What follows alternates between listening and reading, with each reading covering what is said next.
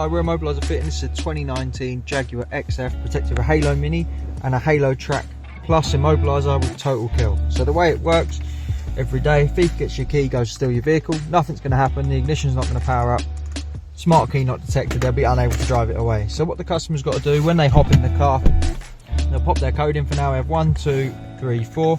We get a flash from the indicators and we can start the vehicle and it fires up into life. As soon as you exit this vehicle, the system becomes active and the thief's going to be unable to take your car. They've pulled you out as you've got home. The vehicle's just not going to power up. It's going to need that code straight away. With the TotalKill system, if you've given someone your code, they've got the vehicle started and it's running.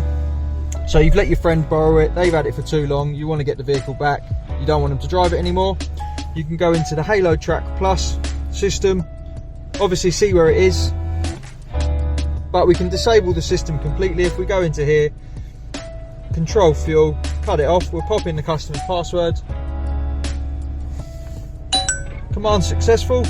Now this system's completely locked out.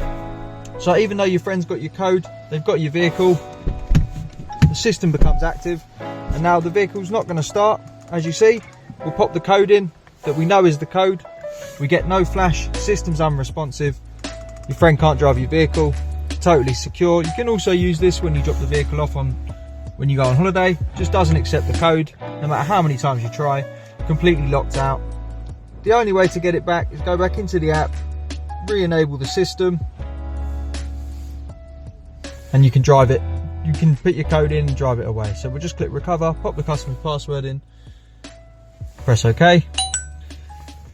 Command successful. Now when we hop in the vehicle, we'll pop the code in, we see it's accepted, we can start it and drive away. This TotalKill also works in service mode. If it went to the dealer, something happened and the car got stolen, you'd be able to disable it